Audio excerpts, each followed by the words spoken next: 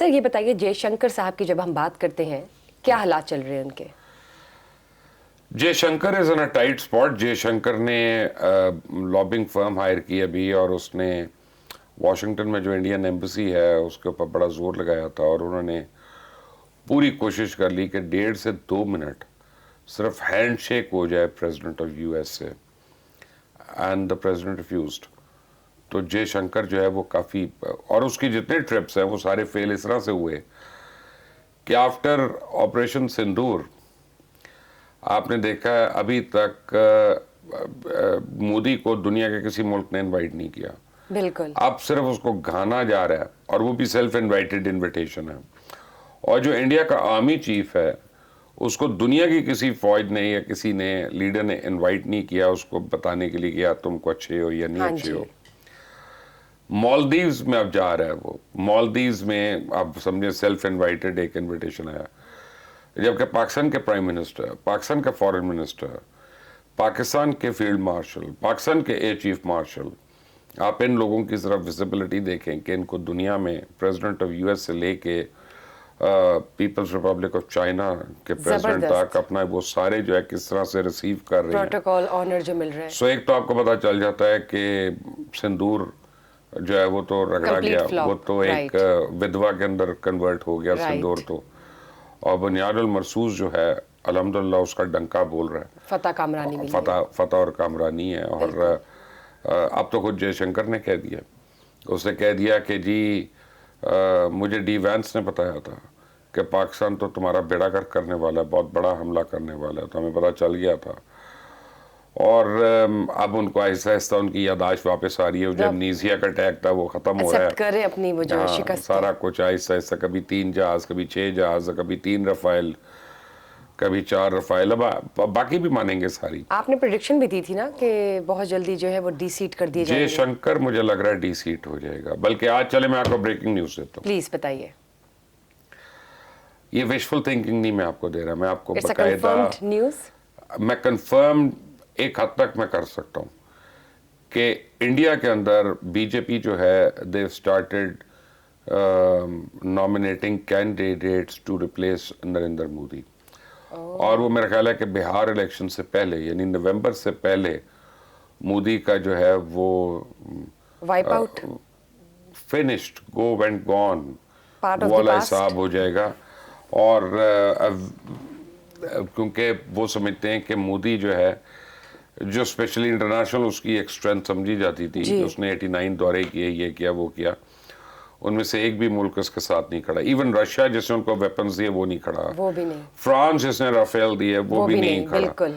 ठीक है ना, स्वाई इसराइल के। लेकिन इसराइल का जो है ना वो मैटर नहीं करता, वो खुद एक जगह पे कॉर्नर्ड है और इसराइल की वजह से कोई इज्जत तो है नहीं। लेकिन सर घाना का नाम ले सकते हम, जिसमें वो सेल्फ इनवाइटेड हैं। और नहीं ठीक है, लेकिन आपको पता है ना, इससे आप ये देखें कि G7 में जलील हुआ, G10 में जलील हुआ, G20 में जलील हुआ, शंघाई कॉन्फ्रेंस में जलील हुआ, और अब क्वाड जो है उसमें भी जलील हो गया इंडिया। तो मोदी और अब लोगों ने इंटरनली इंडिया में बहुत क्वेश्चन करना शुरू कर दिया उसको और उसके गोदी मीडिया को।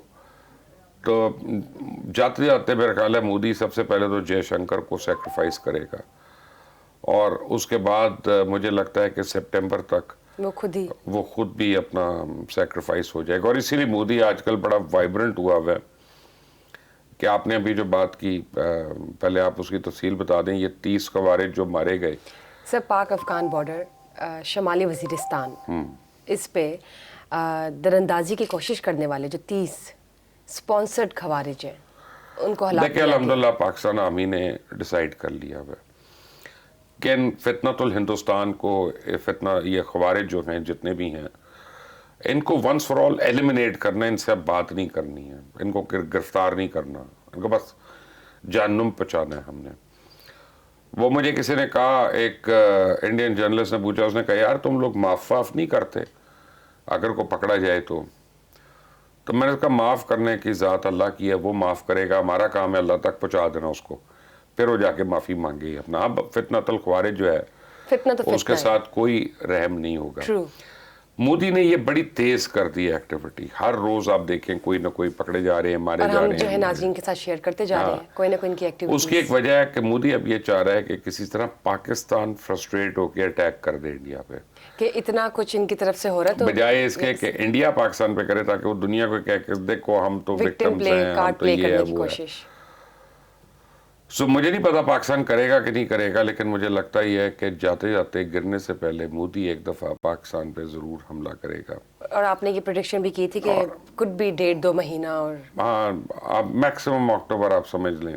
ठीक ठीक। और मैं आपको बताऊं कि अगर उसको लगा कि वो सितंबर एंड में फारिग हो रहा है तो फिर ये पहले भी हो सकता है, ताकि वो लोगों को दिखाए if he can take home To a save trophy, himself under the pretext he would to go take for a home a war. Trophy, a war trophy and say look this is what I got you.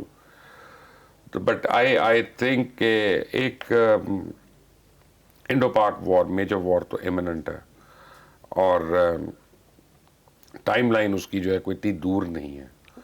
और उसके बाद आपको मैं ये prediction दे रहा हूँ कि हिंदुस्तान के टुकड़े हो जाएंगे एक इंशाल्लाह। नई तहरीक शुरू हो जाएगी। नहीं, कल्मिनेट करेगी।